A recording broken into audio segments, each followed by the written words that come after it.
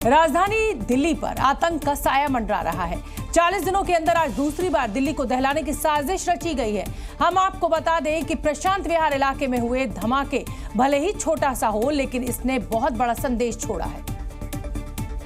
संदेश दिल्ली और देश वालों के लिए है कि आतंक के आका अपनी नापाक साजिश में जुट गए हैं और ये वार्निंग है खुफिया एजेंसियों के लिए, साथ में उनकी नाकामी पर सवाल भी, क्योंकि 40 दिन के अंदर ये दूसरा ब्लास्ट है जब दिल्ली के आसमान में धमाके के बाद सफेद धुआं दिखाई पड़ा। घटना के फौरन बाद डॉग स्क्वाड और फॉरेंसिक टीमें मौके पर पहुंच गईं, जांच पड़ताल शुरू कर दी गई। जल्द ही इस केस की जांच में भी एनआईए ने एंट्री मारी और तफ्तीश शुरू की तो अफसरों के होश उड़ गए, क्योंकि इस बार भी ब्लास्ट वाली जगह से सफेद पाउडर मिला जैसा पहले मिला था। सुबह 11:48 पर प्रशांत विहार के बंसी स्वीट्स पर धमाके की आवाज इतनी जोरदार थी कि दिल्ली की जमीन हिल उठी। अचानक क्या हुआ, काफ़ी तेज़ ब्लास्ट हुआ। हम ऑफिस में सारे जितने भी बैठे थे, क्लाइंट भी बैठे थे, तो उस दौरान तो बहुत कंपन हुई, ऑफिस के अंदर हिल गया पूरा ऑफिस। जब बाहर आके देखा तो ये पेड़ वगैरह सारा ब्लैकआउट था। धमाका पार्क की बाउंड्री वॉल के पास हुआ। जब मौके पर लोगों ने देखा तो सफेद पाउडर जैसी चीज बिखरी हुई मिली, यानी फिर वही पैटर्न जैसा 40 दिन पहले सीआरपीएफ की बिल्डिंग के पास मिला था। इसका मतलब यह है कि दोनों धमाकों का पैटर्न बिल्कुल एक जैसा है, तो बहुत हद तक मुमकिन है कि दोनों धमाकों के पीछे एक ही मकसद, एक ही चेहरा और एक ही साजिश रचने वाला हो। हम आपको बता दें, हम ऐसा इसलिए कह रहे हैं क्योंकि 20 अक्टूबर को जब धमाका हुआ था तब भी सफेद धुआं उठा था और इस बार भी बिल्कुल वैसा ही धुआं धमाके के बाद देखा गया। रोहिणी ब्लास्ट के बाद तफ्तीश में मौके से सफेद पाउडर भी बरामद हुआ और इस बार भी बिल्कुल वैसा ही सफेद पाउडर बरामद होने का दावा किया जा रहा है। दोनों घटनाओं में तीसरी बड़ी समानता बम प्लांट करने को लेकर है। रोहिणी में दीवार के पास बम रखा गया था और इस बार भी पार्क की दीवार के पास रैंडमली ये बम प्लांट किया गया। चौथी बड़ी समानता की अगर मैं बात करूं तो वो ये कि बम बनाने में इस्तेमाल एलिमेंट, तब दावा किया गया था कि लोकल मार्केट में मिलने वाले केमिकल से बम बना था और इस बार के बम में भी बिल्कुल उसी तरह के केमिकल के इस्तेमाल की आशंका है। सबसे बड़ी बात यह कि 20 अक्टूबर को जो ब्लास्ट हुआ था उसकी क्षमता बेहद कम थी, तो इसके पीछे तर्क दिया गया था कि धमाका करने वाला सिर्फ दहशत फैलाना चाहता होगा। इस बार की अगर हम बात करें तो किसी के जानमाल का नुकसान तो नहीं हुआ, यानी लगभग उतनी ही क्षमता का बम धमाका इस बार हुआ है। और अब सवाल उठता है कि क्या दोनों घटनाओं के पीछे एक ही संगठन, एक ही दहशतगर्द है, क्योंकि 40 दिन पहले का मंजर आज भी आंखों में जिंदा है। 20 अक्टूबर दिल्ली के रोहिणी का सीआरपीएफ स्कूल, जहां हर दिन की तरह सब कुछ सामान्य था, कि अचानक एक ब्लास्ट ने दिल्ली को दहला दिया।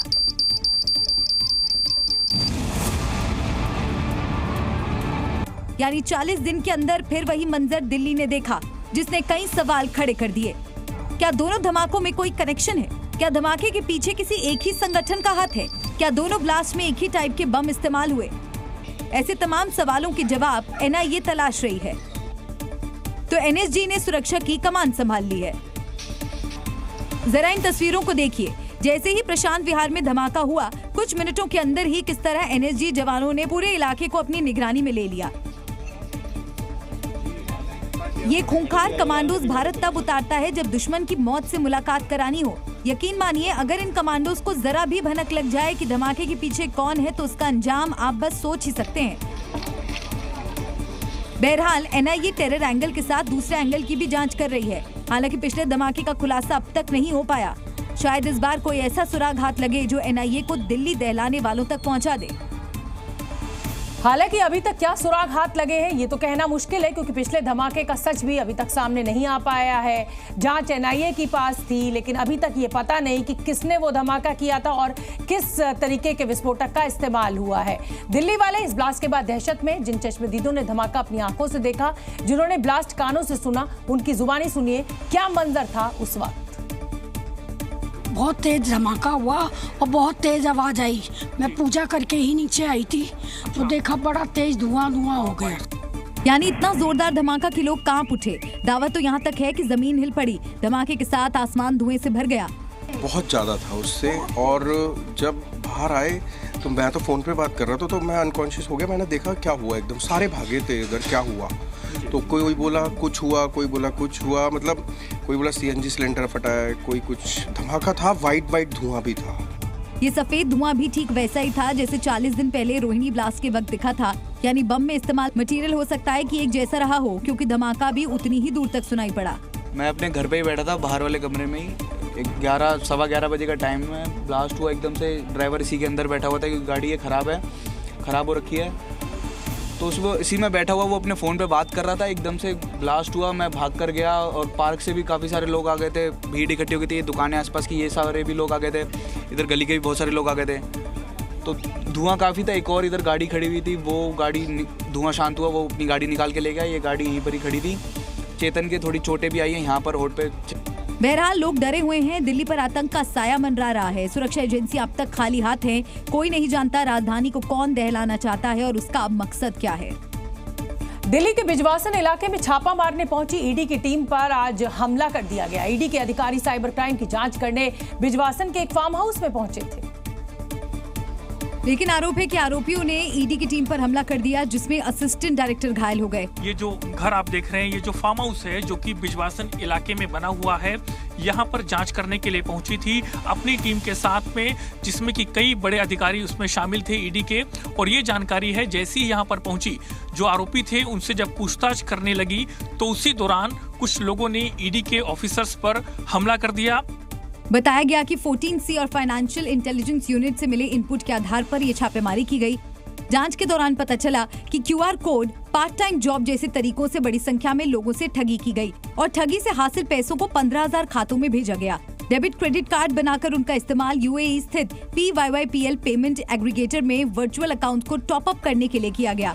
साथ ही इन कार्डों का इस्तेमाल कर UAE स्थित PYYPL पेमेंट एग्रीगेटर पर वर्चुअल खातों को टॉप अप करने के लिए पैसे भेजे गए और वर्चुअल अकाउंट से क्रिप्टो करेंसी की खरीदारी की जा रही थी। दावा है कि इस नेटवर्क को शातिर चार्टर्ड अकाउंटेंट चला रहे थे। साइबर क्राइम के सिलसिले में ही ईडी की टीम अशोक शर्मा और उसके भाई के ठिकाने पर छापेमारी करने गई थी, तभी उन पर हमला कर दिया गया। जानकारी के मुताबिक मुख्य आरोपी मौके से फरार हो गया, जिसकी तलाश जारी है। दिल्ली के पूर्व मुख्यमंत्री और आम आदमी पार्टी के संयोजक अरविंद केजरीवाल ने राजधानी में बिगड़ती कानून व्यवस्था को लेकर गृह मंत्री अमित शाह पर हमला बोला। उन्होंने दावा किया कि दिल्ली देश की क्राइम कैपिटल बन चुकी है, जिसके लिए अरविंद केजरीवाल ने प्रेस कॉन्फ्रेंस के दौरान एक मैप भी शेयर किया। मैप दिखाते हुए उन्होंने कहा कि अमित शाह के आवास से कुछ किलोमीटर के दायरे में ही खुलेआम आपराधिक घटनाएं हो रही हैं। मुंबई की तरह गैंगवॉर हो रहे हैं। सिर्फ 3 महीने के अंदर ही यमुना पार में हुए गैंगवॉर में 20 लोगों की जान चली गई। केजरीवाल ने दावा किया कि आज दिल्ली दुनिया की सबसे असुरक्षित राजधानी बन गई है। ये एक मैप है दिल्ली का, ये अमित शाह जी का घर है और इस घर से आप देखेंगे 15 किलोमीटर दूर शादरा गैंगरेप केस, 16 किलोमीटर दूर 100 crore fraud bye Chinese national, 9 kilometre दूर एक डॉक्टर को रॉब करके उसका मर्डर कर दिया गया, 6 किलोमीटर दूर ITO गैंगरेप केस। केजरीवाल ने कहा कि दिल्ली में सुरक्षा की जिम्मेदारी केंद्र की है। चूंकि अमित शाह देश के गृह मंत्री हैं, इसलिए दिल्ली में कानून व्यवस्था बनाए रखने की जिम्मेदारी उनकी है, लेकिन वो कानून व्यवस्था ठीक करने में फेल हुए और यही वजह है कि दिल्ली को रेप कैपिटल, गैंगस्टर कैपिटल कहा जा रहा है। महाराष्ट्र विधानसभा चुनाव के नतीजे 23 नवंबर को आए थे। महायुति गठबंधन को बहुमत मिला था, लेकिन मुख्यमंत्री पर अभी तक फैसला नहीं हो पाया है। आज दिल्ली में गृह मंत्री अमित शाह महायुति के तीनों दलों के बड़े नेताओं से मुलाकात करने वाले हैं और इस बैठक में महाराष्ट्र के मुख्यमंत्री पद से सस्पेंस उठ सकता है। पूर्व सीएम और शिवसेना अध्यक्ष एकनाथ शिंदे ने कल प्रेस कॉन्फ्रेंस करके इस बात को साफ कर दिया था कि उन्हें बीजेपी का मुख्यमंत्री मंजूर है। इस बीच अजित पवार दिल्ली पहुंच चुके हैं, जबकि एकनाथ शिंदे का इंतजार है। दिल्ली पहुंचकर अजित पवार ने ईवीएम पर सवाल उठाने वालों को करारा जवाब दिया। अलग स्टेट में बहुत जगह स्टेट इलेक्शन का चुनाव के वक्त हमने रिजल्ट देखे, लेकिन अभी इतना बड़ा उनको अपडेट आया, इसीलिए वो कुछ ना कुछ इशू ढूंढने की कोशिश करते हैं। उसके बारे में ज्यादा ध्यान देने की जरूरत नहीं। हालांकि ऐसा माना जा रहा है कि मुख्यमंत्री की रेस में देवेंद्र फडणवीस का नाम सबसे आगे है, लेकिन महाराष्ट्र के सीएम का चेहरा फाइनल होने में हो रही देरी पर विपक्ष निशाना साध रहा है। तो 1 हफ्ते से ज्यादा हो चुका है, आप ये निर्णय नहीं ले पा रहे हैं। जनता को आपने बहुत सारे वादे किए हैं, वो जनता पूछ रही है कि उनका मुख्यमंत्री कौन, और आप यहाँ पे दिल्ली दरबार में आएंगे, दिल्ली से निर्णय होगा, ये कहाँ तक ठीक है। दरअसल महाराष्ट्र विधानसभा चुनाव में महायुति ने शानदार जीत दर्ज की थी, जिसमें बीजेपी को 132, शिवसेना को 57 और एनसीपी को 41 सीटें मिली थीं। लेकिन अब महाराष्ट्र की जनता को सीएम के चेहरे का इंतजार है और ऐसी उम्मीद है कि जल्द ही इस सस्पेंस से पर्दा उठ जाएगा। सियासत में हर दांव समीकरण के हिसाब से चला जाता है।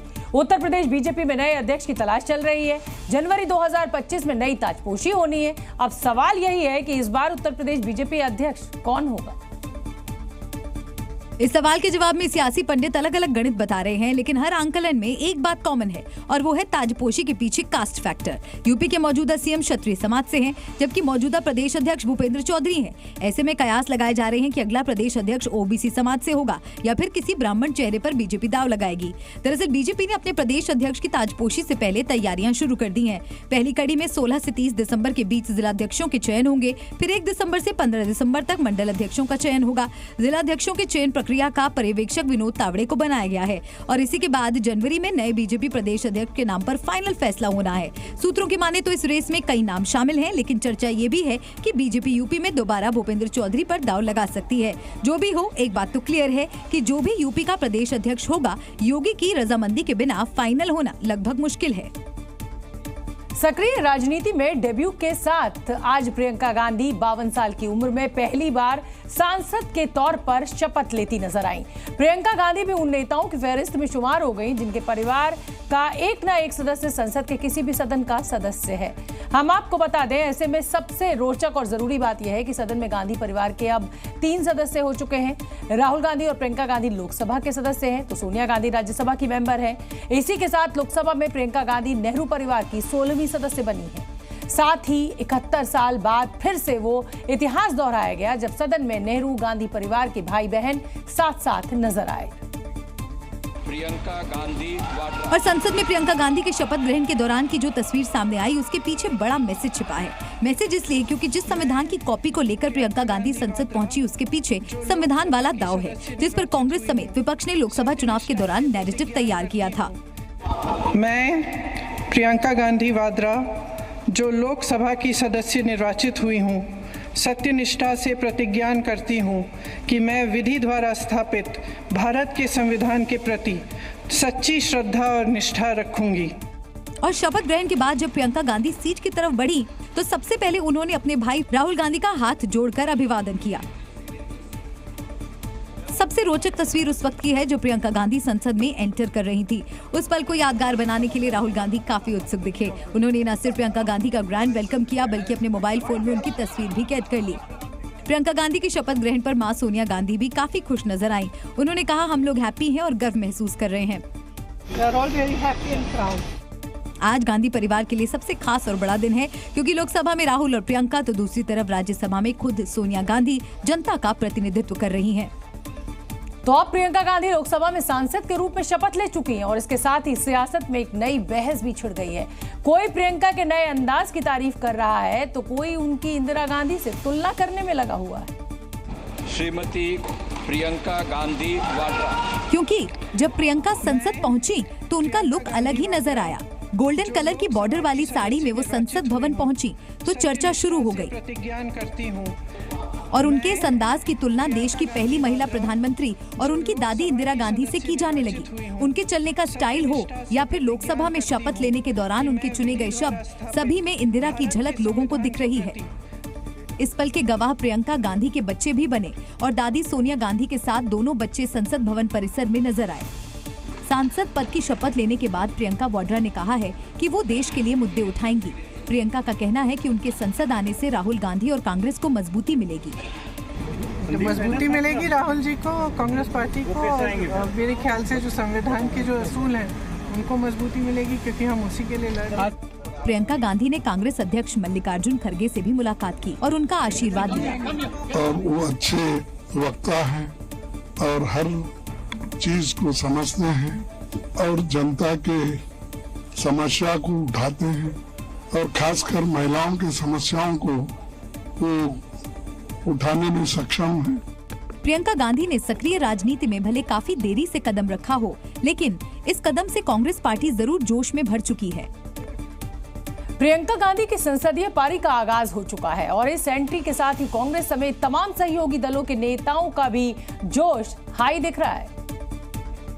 क्योंकि अब तक प्रियंका गांधी बैकफुट पर पार्टी के लिए प्रचार प्रसार में जुटी थी, लेकिन अब वो संसद में भी सरकार के खिलाफ गरजती नजर आएंगी। वहीं प्रियंका गांधी के शपथ ग्रहण पर समाजवादी पार्टी की सांसद डिंपल यादव ने प्रतिक्रिया दी है। वो प्रियंका गांधी को अलग अंदाज में बधाई देती नजर आई। I'd like to congratulate Priyanka Gandhi ji and best wishes. तस्वीर लखनऊ के कांग्रेस मुख्यालय से भी आई, जहां कांग्रेसी कार्यकर्ता जश्न मनाते नजर आए।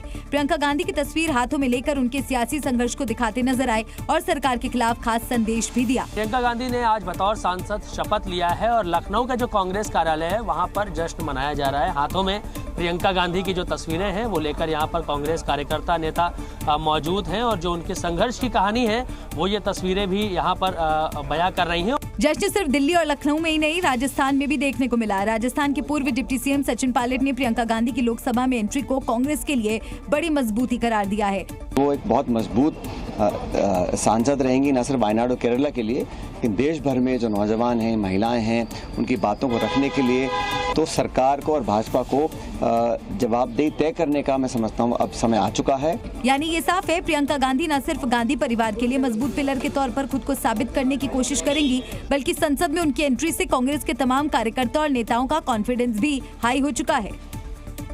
हेमंत सोरेन की ताजपोशी हो चुकी है। वो चौथी बार झारखंड के मुख्यमंत्री बन चुके हैं, लेकिन इस शपथ ग्रहण में शक्ति प्रदर्शन के जरिए इंडिया गठबंधन ने बीजेपी को भी एक संदेश देने की कोशिश की है। क्योंकि विपक्षी गठबंधन में शामिल तमाम पार्टी के अध्यक्ष और बड़े बड़े नेता हेमंत सोरेन के शपथ कार्यक्रम में शामिल हुए, चाहे कांग्रेस अध्यक्ष मल्लिकार्जुन खड़गे हों, नेता प्रतिपक्ष राहुल गांधी, पश्चिम बंगाल की मुख्यमंत्री ममता बनर्जी, अखिलेश यादव, तेजस्वी यादव और दिल्ली के पूर्व सीएम अरविंद केजरीवाल सभी इस कार्यक्रम में दम दिखाते नजर आए।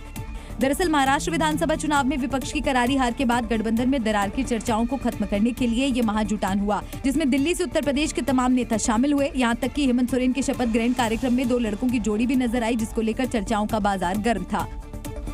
देश के लिए झारखंड का परिणाम बहुत ही शुभ रहा, महत्वपूर्ण संदेश दिया है कि जहां तरह तरह की परिस्थितियां थी, उन परिस्थितियों में भी जनता ने सूझबूझ से और बहुत समझदारी से अपने लोकतांत्रिक फैसले से एक प्रोग्रेसिव गवर्नमेंट को चुनकर के उन्होंने भेजा है। बैक टू बैक हरियाणा और महाराष्ट्र में हार के बाद झारखंड में जीत से विपक्ष में नई ऊर्जा का संचार हुआ है। ऐसे में इंडिया गठबंधन के तमाम साथी इस जीत को संविधान की जीत से जोड़ चुके हैं और बीजेपी के लिए मैसेज दे रहे हैं। क्या भारत में अब जुडिशरी को पार्टी बनाने का ट्रेंड चल पड़ा है? क्या मनमाना फैसला ना हो तो न्यायपालिका पर सियासी फैसले का आरोप शगल बन गया है? सवाल इसलिए क्योंकि समाजवादी पार्टी नेता राम गोपाल ने जजेस पर टिप्पणी की।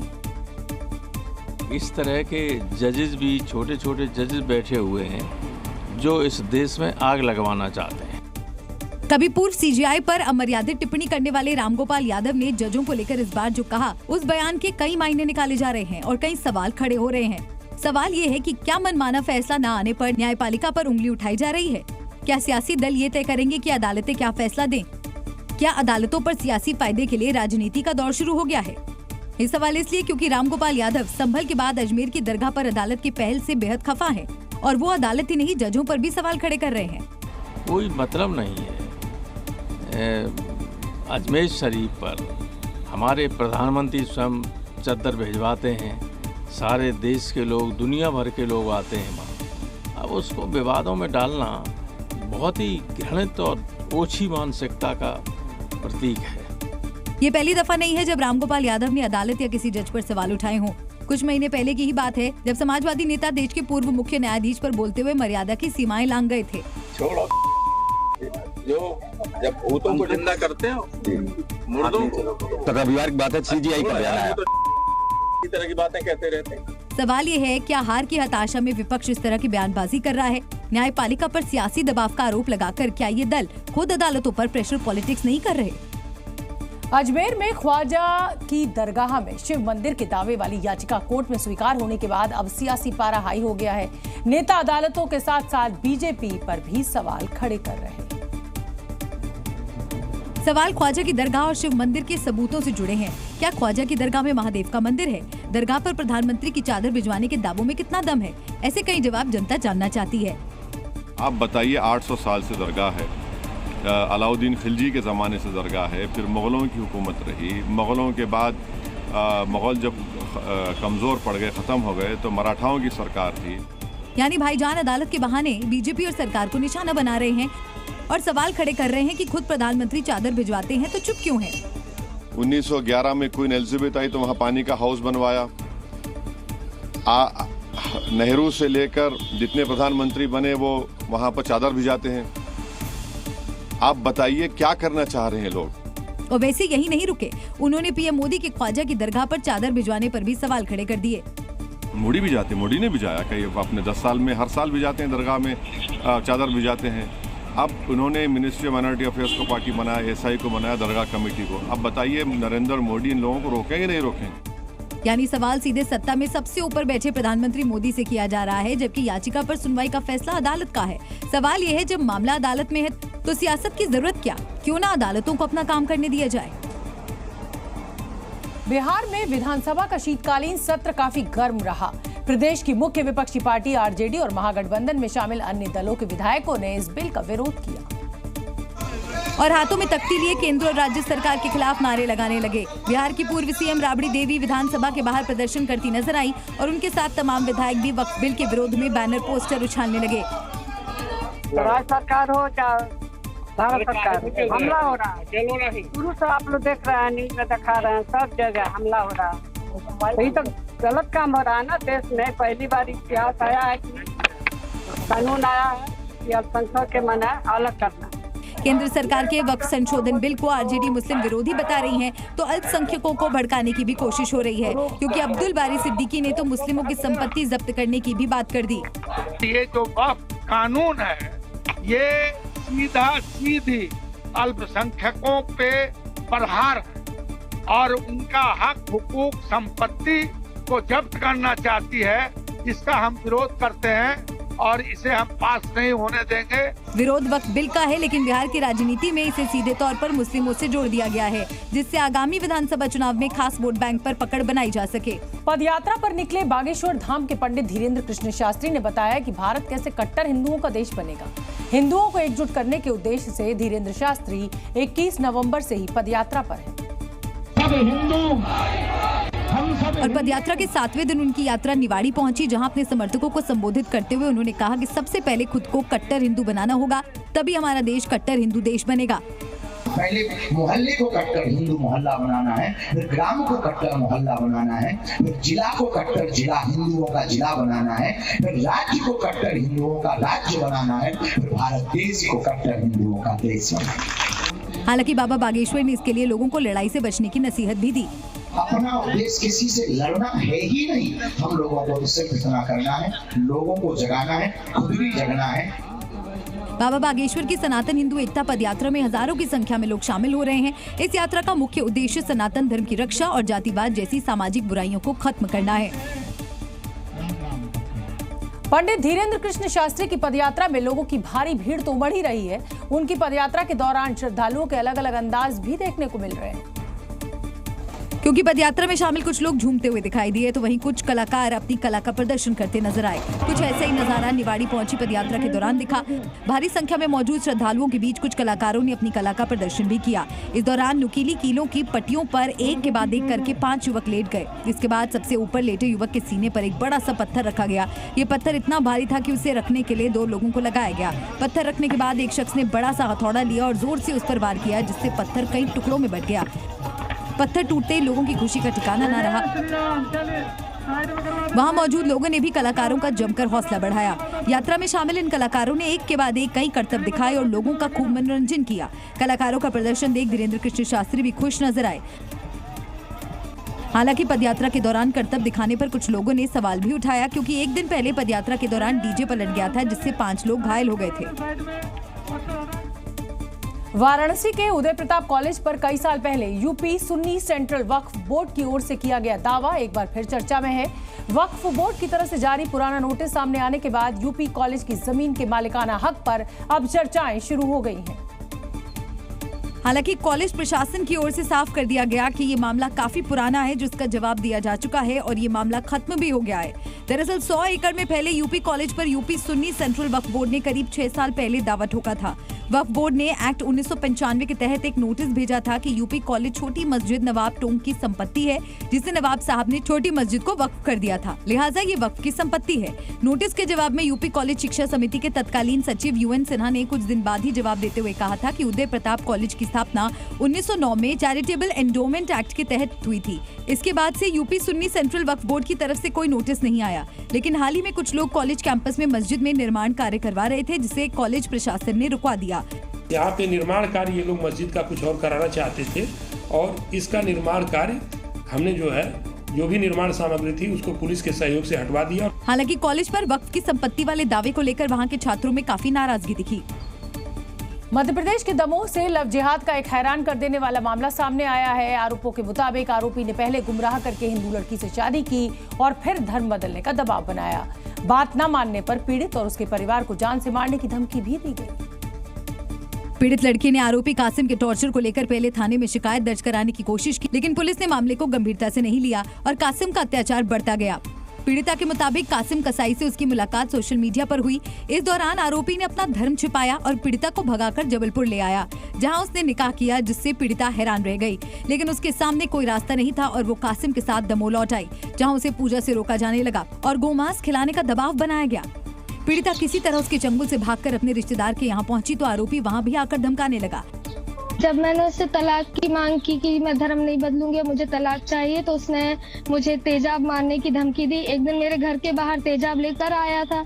अब पीड़िता ने इसकी शिकायत पुलिस अधीक्षक से की, तब जाकर केस दर्ज हुआ। आक्षेप लगाया था कि पहचान छुपाकर पहले मेरे से शादी की गई और अब मुझे धर्म बदलने के लिए दबाव बनाया जा रहा है, मेरे साथ मारपीट की जा रही है और मुझे तलाक भी नहीं दिया जा रहा है। मामला सामने आने के बाद हिंदू संगठन भी सक्रिय हो गए और अब लड़की की सुरक्षा की मांग उठाई गई है। मुंबई में एयर इंडिया की फीमेल पायलट की मौत पुलिस के लिए एक पहेली बन गई है। एक फ्लैट, 3 चाबी, बॉयफ्रेंड और उसकी दूसरी गर्लफ्रेंड। क्या पायलट बेटी की मौत इन्हीं पहेलियों में उलझी हुई है?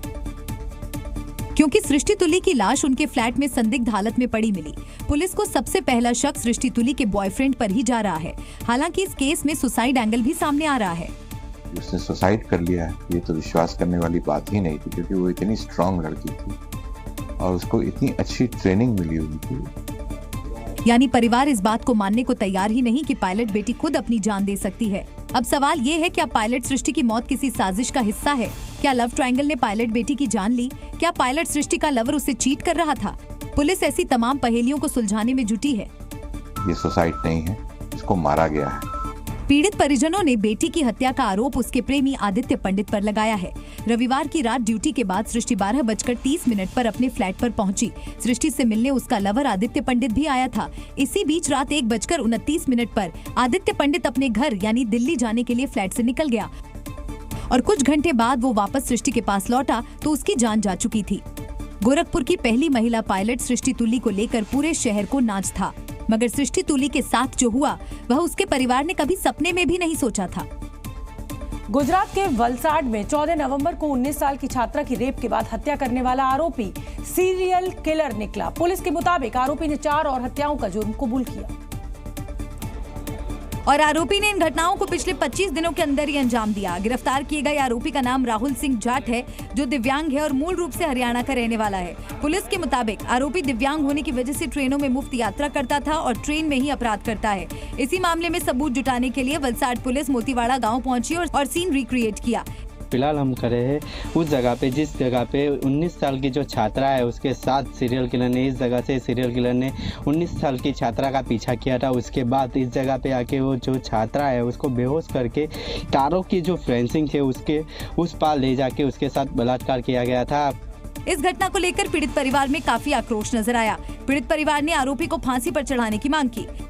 किसी के साथ ऐसा होना नहीं चाहिए। पुलिस ने भी आरोपी को पकड़ लिया है और हमारी एक ही मांग है कि उसे जल्द से जल्द फांसी की सजा दी जाए।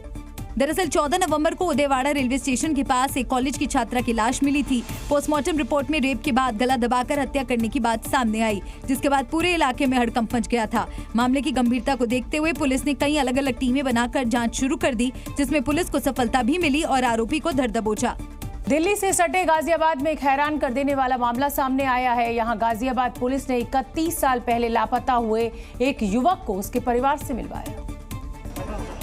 जिससे परिवार के लोग काफी खुश हैं। दरअसल राजू उर्फ पन्नू नाम के इस शख्स का 31 साल पहले गाजियाबाद से अपहरण हो गया था और राजस्थान के किसी इलाके में एक छोटे से घर में कैद करके इसे रखा गया था, जहां उसे काफी टॉर्चर किया जा रहा था। उससे दिन भर काम कराया जाता था और मारपीट भी की जाती थी। लेकिन राजू एक दिन ट्रक में छिपकर भाग निकला और गाजियाबाद पहुंचकर घर वालों की तलाश शुरू की। खोड़ा पुलिस थाने में पहुंचकर उसने अपनी आपबीती बताई, जिसके बाद पुलिस ने छानबीन करके उसके घर वालों से उसे मिलाया।